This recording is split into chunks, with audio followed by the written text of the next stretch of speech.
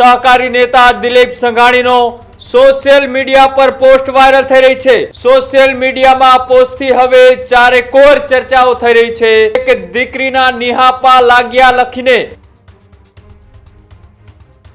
અને એમણે જે કંઈ ટ્વીટ કર્યું છે એ સમજી વિચારીને કર્યું છે ને બરાબર છે। એ દિલીપભાઈ જે ટ્વીટ કર્યું હોય કે ભાઈ દીકરીના નિહાપા લાગ્યા, બાકી તો અમરેલીમાં જે ઘટનાઓ ઘટી હોય એમાં બધાને ખ્યાલ હોય। ભૂતકાળનો એ પાયલ ગોટી કેસ તેને સંદર્ભે લખ્યું હોઈ શકે, એ પણ હોઈ શકે ને, એવું પણ હોઈ શકે। એટલે માટે તો એ ચોખવટ ત્યાં જ કરવી પડે, કારણ કે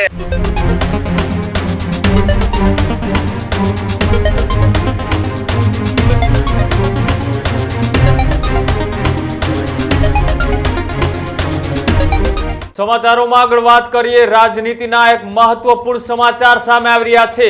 જી હા, અમરેલીથી એક મહત્વપૂર્ણ સમાચાર સામે આવી રહ્યા છે। ઇફકોના ચેરમેન દિલીપ સંઘાણી ફરીથી ચર્ચામાં આવ્યા છે। સહકારી નેતા દિલીપ સંઘાણીનો સોશિયલ મીડિયા પર પોસ્ટ વાયરલ થઈ રહી છે।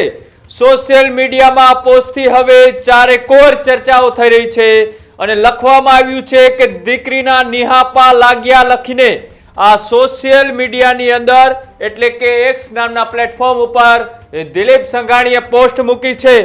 કઈ દીકરી અને નિહાપા મુદ્દે જે લખ્યું છે તેને લઈ આની અંદર કોઈ ઉલ્લેખ કરવામાં નથી આવ્યો। કયા સંદર્ભમાં દિલીપ સંઘાણીએ પોસ્ટ કરી તેને લઈ અટકળો એ તેજ થઈ છે।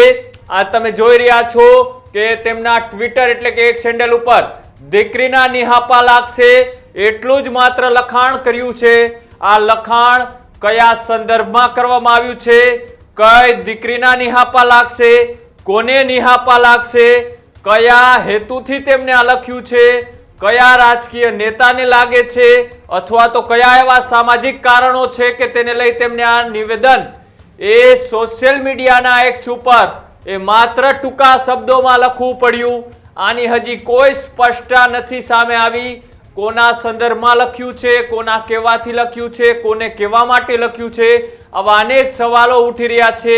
આ મુદ્દે હજી સુધી એ દિલીપ સંઘાણીએ કોઈ ચર્ચાઓ નથી કરી, સાથે જ કોઈ નિવેદન પણ એવું નથી આપ્યું કે તેને લઈ આ વાતચીતનો ઉકેલ આવી શકે।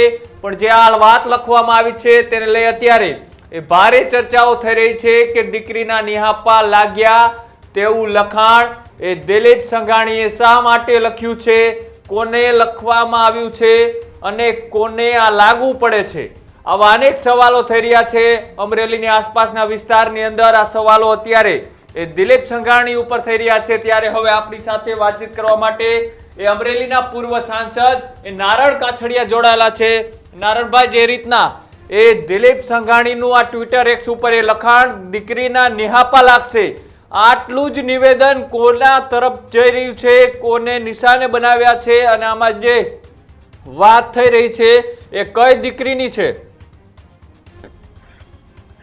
હેલો જી, એ દિલીપભાઈ જે ટ્વીટ કર્યું હોય કે ભાઈ દીકરીના નિહાપા લાગ્યા, તો એ તો દિલીપભાઈ ને પોતાને જ ખબર હોય કે ભાઈ કયા દીકરીના નિહાપા લાગ્યા, બાકી તો અમરેલીમાં જે ઘટનાઓ ઘટી હોય એમાં બધાને ખ્યાલ હોય, બરાબર છે। બાકી બિલકુલ ચોખવટ તો દિલીપભાઈ જ કરી શકે કે ભાઈ કઈ દીકરીના નિહાપા લાગ્યા। પણ તમે પૂર્વ સાંસદ છો અમરેલીમાં, અમરેલીની અંદર જે ગતિવિધિઓ થતી હોય તેની ઉપર તમારી પણ એટલી જ નજર હોય છે, તો આમાં અટકળો જે ચાલી રહી છે અટકળોને લઈ તમારું શું કેવું છે? પણ એમાં કઈ દીકરીઓના નિહાપા લાગ્યા હોય, કેમ લાગ્યા હોય, મારે હું કઈ જુદું કહું, એ કઈ જુદું કહેતા હોય તો મને ખ્યાલ ન હોય। તમને શું લાગે છે? બાકી મને આગળ એમને નામ જોગ કર્યું હોય તો હું આગળ તરત કે ના બરાબર છે। અચ્છા, એ તો દિલીપભાઈ તો અમારા દિલીપભાઈ સિનિયર નેતા છે અમારા, અને એમણે જે કંઈ ટ્વીટ કર્યું છે એ સમજી વિચારીને કર્યું છે ને બરાબર છે। હા, સમજી શકે કે એનો જવાબ દિલીપભાઈ જ આપી શકે, પણ તમારી એ દિલીપભાઈ જે કંઈ ટ્વીટ કર્યું છે બરાબર જ છે, એમાં કોઈ પેલું નથી। હા, પણ એનો જવાબ દિલીપભાઈ જ આપી શકે, પણ તમને શું લાગી રહ્યું છે આ કયા સંદર્ભમાં હોઈ શકે? દિલીપભાઈ જે હતા છે બસ।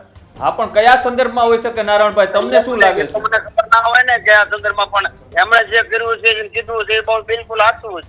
અચ્છા, તમારે અમરેલીનો ખૂબ ચર્ચિત કેસ ભૂતકાળનો પાયલ ગોટી કેસ તેને સંદર્ભે લખ્યું હોઈ શકે?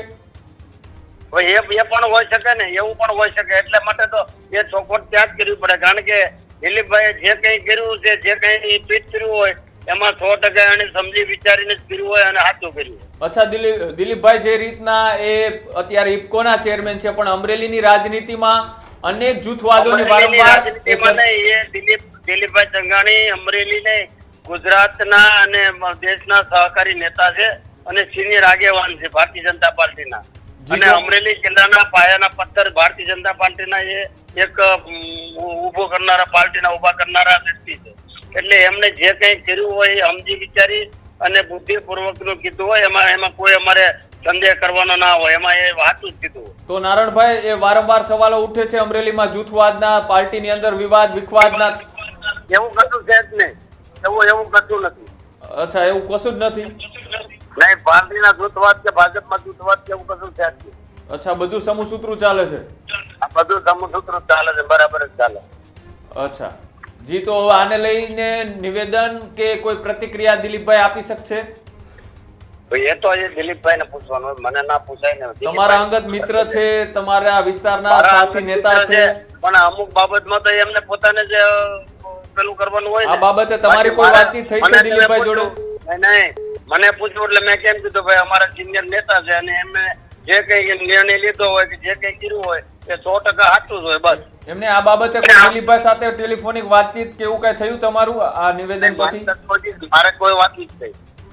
જી ઓકે, ચોક્કસ આભાર નારણભાઈ જોડાવા બદલ. તો જે રીતના નારણ કાછડિયાએ પણ આતકતરી રીતના એ જવાબ આપ્યો કે કદાચ એ પાયલ ગોટી કેસના સંદર્ભમાં હોઈ શકે, પણ કયા નેતાને ટાંકીને આ નિવેદન લખવામાં આવ્યું છે તેને લઈને હજી કોઈ પણ જાતનો એ ખુલાસો થઈ નથી રહ્યો.